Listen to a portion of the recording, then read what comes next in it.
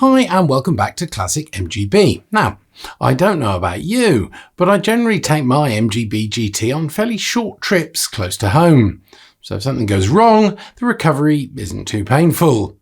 But when browsing through the MG Owners Club website, I came across one of their tours to the Isle of Man. Having thought about it for a while and discussing it with the other half, I signed up and paid the money. We'll be doing a video on the trip, so keep an eye out for that in the next few weeks. Having checked the map though, I realised that the trip from our base near Bath to the ferry at Heysham was some 230 miles, so I needed to prepare a little more than normal for the trip. So two things spring to mind: arming myself with enough spares to cover most breakdowns, famous last words, and doing some basic checks on the car. Let's start with the spares. Of course, trying to work out what might fail is a bit of a lottery, so I thought I'd better get some expert advice. I spoke to Chris Bentley, the Sales and Marketing Director from MGOC Spares. Chris has worked with MGBs for years, and this practical experience is invaluable as he actually uses the parts he sells. He came up with a comprehensive list of spares, together with, unsurprisingly, links to the MGOC Spares website, so it was very easy to buy everything I needed. I did ask him to cover everything though, so it may be that you won't need some of these spares. But I reckon that better safe than sorry was a good adage. Can you imagine breaking down and needing one of the parts Chris recommended and I hadn't bothered ordering it? At this point, I should mention that I've not been paid by either the MG Owners Club or MGOC Spares to produce this video, and that I paid for all the parts mentioned. So what's on Chris's list? Well, he sensibly split the spares into 4 areas: cooling, ignition, fuel and general. So let's go through each one of these in detail. And don't worry, links to all the parts are in the description, but please bear in mind that some of these are specific for my 1973 MGB-GT, so do check with MGOC Spares that they'll fit your car. If not, I'm sure they'll recommend an alternative. Despite the Revitec electric fan and upgraded radiator on my car, a long run in the summer, particularly as it could involve hold-ups on the motorway, will put a strain on the cooling system. So we started with a hose kit, which represented a good saving on buying each part individually. We added a water pump, a heater valve and gasket, a radiator cap, a thermostat and gasket, and a fan belt. Chris did recommend 4Life coolant as well, but as my car uses normal water and antifreeze, I thought I could just top up with water if needed, as I'll renew the coolant at the next service. My car is fitted with a Lumination electronic ignition system, which has proved pretty reliable so far, but if it were to fail, it's not really repairable at the side of the road, if at all, so Chris included a set of points and a condenser on the list. I sent him a few photos to make sure I ordered the correct parts for my distributor, which he correctly identified as a 45D4. Other ignition parts included a distributor cap, a red rotor arm, a coil, and a set of spark plugs. One of the most common points of failure on an MGB is the fuel pump, and despite several online comments on the forums saying that a sticking SU fuel pump can be fixed with a judicious bash with a hammer, I thought having a spare was probably a better alternative. Chris suggested 3 options ranging from an original SU part with mechanical points to a couple of more modern alternatives. I plumped for the Hardy model with solid-state electronics. I added a spare fuel filter and some fuel hose, as well as some Jubilee clips to secure it all together. Chris did recommend a can of fuel as well, but I decided that space was pretty limited, and as we would never be too far from a petrol station and we had RAC cover anyway, I thought I'd take a risk. I only hope this doesn't turn out to be prophetic. Also, I didn't really fancy a gallon or 2 of fuel sloshing around in the back.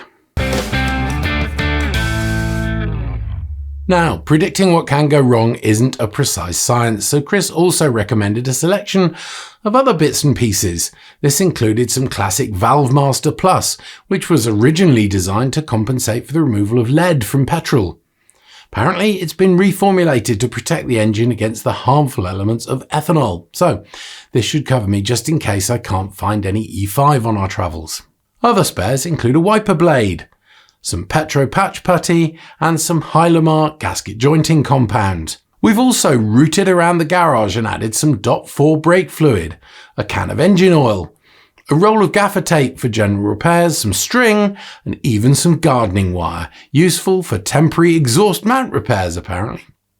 Now, all of this is pretty pointless if you've not got a suitable range of tools with you. I decided a while ago that I would keep all my garage tools in the garage and get a simple toolkit that would stay in the car. I chose a toolkit from MGOC Spares, which is supplied in a canvas roll embroidered with the MG logo, and they say is specially selected for classic MG use. The kit includes combination pliers, a range of spanners, a spark plug wrench and brush, Phillips and flathead screwdrivers, a feeler gauge, a tyre gauge, electrical circuit tester and an adjustable wrench. I've actually added a general purpose multi-tool just in case as well. Now, I'd like to think that my car is pretty well maintained, and although some of these checks are common sense, I took a look at Lindsay Porter's MGB service guidebook for details on what should be checked every 500 miles or before a long trip for a bit of guidance. If you'd like the book, there's an Amazon affiliate link in the description. So, having taken a copy of the checklist from the book, I headed out to the garage to get the checks done. So here we are in my garage. Now I've got my checklist on a clipboard, so let's have a look. The first job it says is engine oil level. So that's a nice easy one I do very regularly. Bit of blue cloth, blue roll, really useful stuff. I go through tons of this stuff, maybe not the most environmentally friendly, but really handy. So oil, very simple this one. Just grab the dipstick and check the level. And put it back in and check the level. Now you'll see that is pretty much as full as it needs to be. Now I know the car has been standing for a long time, so I think we're pretty safe. Oil level, quality's sort of okay.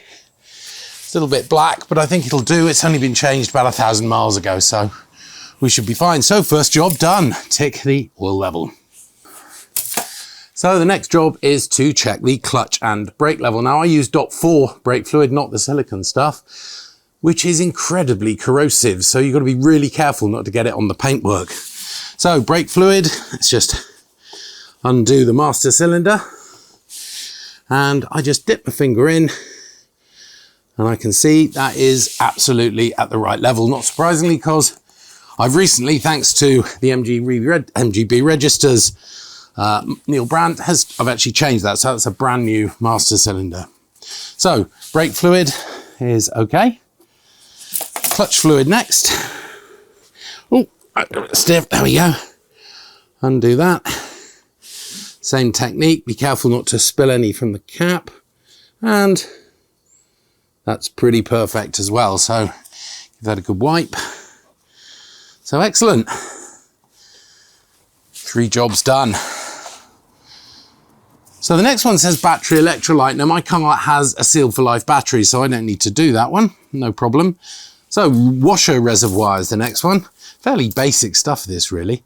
Now let's see if we can balance the clipboard somewhere, there we go. Washer reservoir in my car is, let's pull that out of the way actually, is this thing. And I've recently fiddled around with that because the pump went, so I had to put a new pump in. So what we're gonna do is we're gonna get a funnel. Put a funnel in, it does need a bit of topping up. Now I'm being lazy here. I've got some screen wash. It's ready mixed. Normally I'd mix my own from concentrate because it is slightly cheaper. And this is probably where it will go everywhere, but we're gonna do our best not to make it go everywhere. There we go, whoa, not too bad. So that's filling up nicely. Thought it was low. Not quite sure why. There we go, and that's up to its maximum level. So that's perfect. So if we have any bad weather, that should give us plenty of washer fluid. Right, back to our clipboard. And I've done the washer reservoir. So coolant is the last. So let's get a bit more trusty blue roll just to make sure. What I'm going to do, don't do this when the engine's hot. So my engine is cold. Let's take the radiator cap off. Just have a little peer in there. And the level of the coolant should just be over the top of the fins that are inside. And that's pretty perfect, so I don't need to do anything. And whilst it's not on the list, I'll take the coolant. Well, it's not on the list. When I'm underneath here, I like to make sure everything's pretty firm. All the HT leads are firm. There don't appear to be any loose connections. And that's it for under the bonnet. So the next job on the list is to check the horn. Now I'll do that when I get inside the car. So I'm going to go inside the car now to switch the lights on, because it's very important, obviously, to have good lights. It's not something I'm too worried about because I tend not to drive my MGB in the dark or in bad weather. So I don't really use the lights that much, but obviously for this long trip, it's likely I'm going to be driving some parts of it in the night. So let's go and get in the car and see what's going on.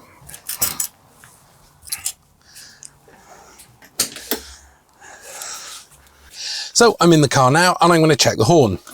Yep, that's working well, so tick on the list. So now what we're going to do is switch the lights on. So I'm going to switch the main lights on and then pop round to the front to make sure all the lights are working.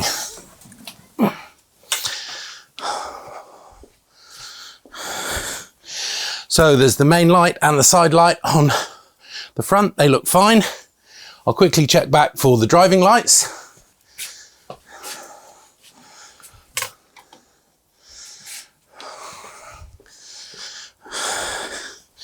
There they are, both spotlights. Both spotlights working pretty well. So I'll just go around and check the back just to make absolutely sure that the rear lights are working as well. And then I'm going to get inside the car and check the indicators.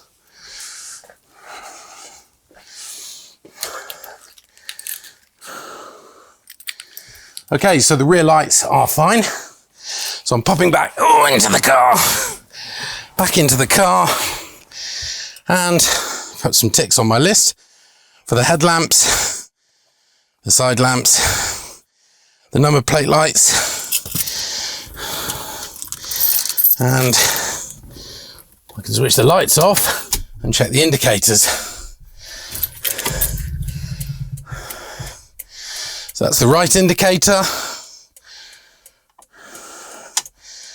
and the left indicator.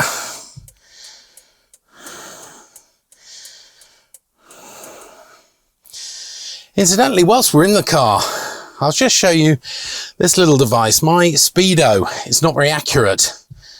I'm thinking going up the motorway, it probably needs to be accurate, particularly if there are average speed cameras and things.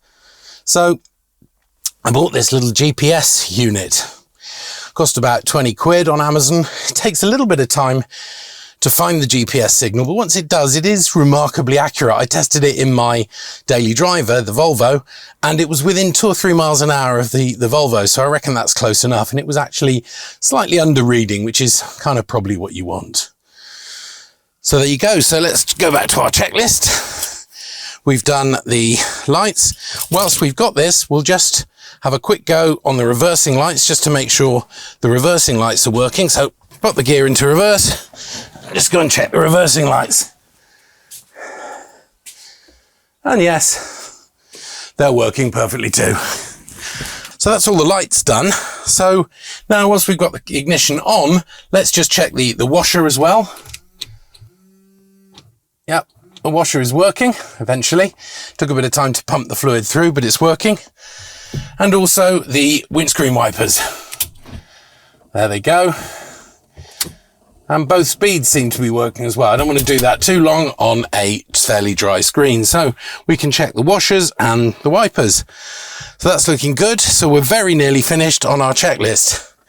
It's just the tyre pressures to go. So tyre pressures are very, very important. I don't need to tell you that.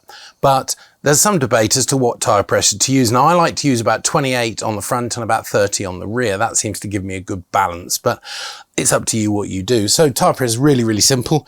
I've got this rather natty little electronic device. So all you got to do is whip the dust cap off, switch the unit on and check that it's reading PSI and just plonk that on there. And it's reading 28, which is absolutely perfect. So the only thing left to do is to put the dust cap back on.